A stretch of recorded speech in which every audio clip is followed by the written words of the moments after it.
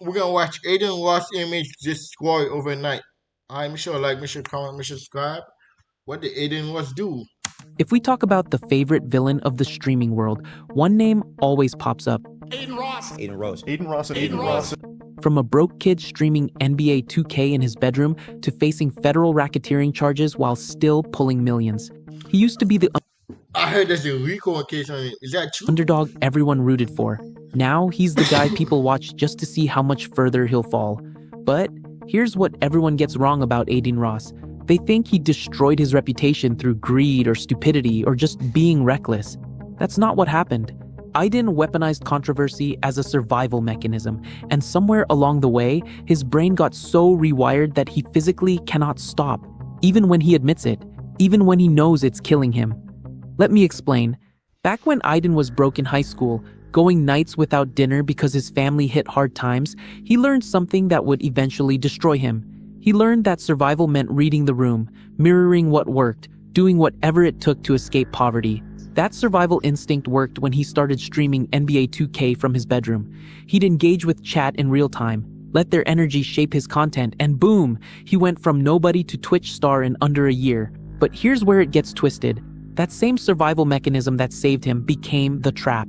Because once he discovered that controversy generated attention, and attention generated money, his brain started treating controversy like oxygen. It became the thing he needed to survive. The crypto gambling with Roulette wasn't just greed. Yeah, he made up to $2 million a month gambling tens of thousands on cartoon slots. But think about what that taught him. Every time he pushed a boundary, every time he did something that made people uncomfortable, the money printer went crazy. Critics called him exploitative for promoting unregulated gambling to kids. The media said he was laughing off harm while chasing profits. And you know what? The hate stung. He admitted that. But then he looked at his bank account and thought, this works. So he doubled down, switched to stake, ramped up the gambling content, kept pushing boundaries until Twitch banned him. Not once, not twice, 7 times. But then Adin signed his kick deal, and this is where you realize how calculated this whole thing was. He didn't just quietly switch platforms. Dude would stream on Twitch for like 30 minutes, pull his audience in, then tell everyone, yo, real streams happening on Kick. Come watch me there. Every single day, he was literally using Twitch as free advertising to build his Kick numbers before they could stop him. Right before the 8th strike, he got a phone call from a senior Twitch executive who basically said, look, if you keep doing controversial stuff, if you keep promoting this other platform, we're taking you down for good. That was the warning. He knew exactly where the line was. February 2023. He's streaming on Twitch while also streaming on Kick at the same time, and he's got his Kick chat visible in the corner. For over 20 minutes, that unmoderated Kick chat is just flooding with racist slurs, anti-Semitic messages, all of it. He sees it, but he just lets it run. And then 8th strike happened. This time, it was a permanent one.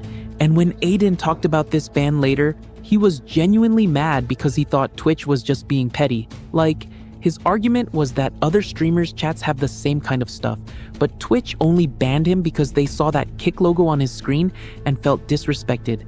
Like he genuinely believed this was about platform beef, not about the actual hate speech running wild in his chat.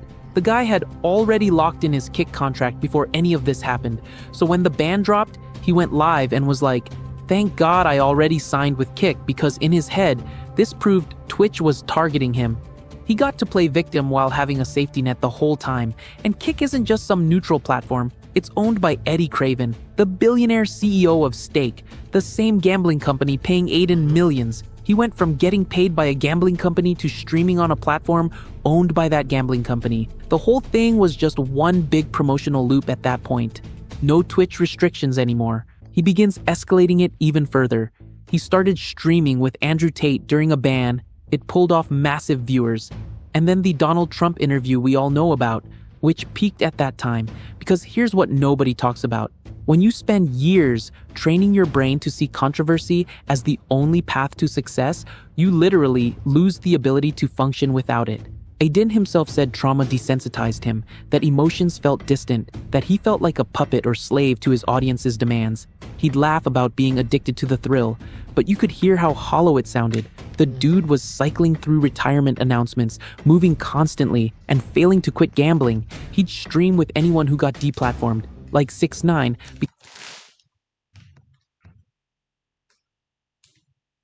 because he believed they deserved a voice, but really, he was just feeding the addiction.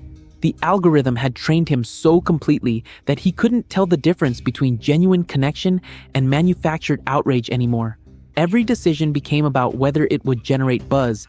Every collaboration was measured by controversy potential. He had revolutionized streaming by proving that unfiltered, edge-pushing content could draw millions, but the cost was his entire sense of self. And the saddest part? He can't stop. Even now in 2026, he's facing his third federal RICO lawsuit with Drake and Stake, Third?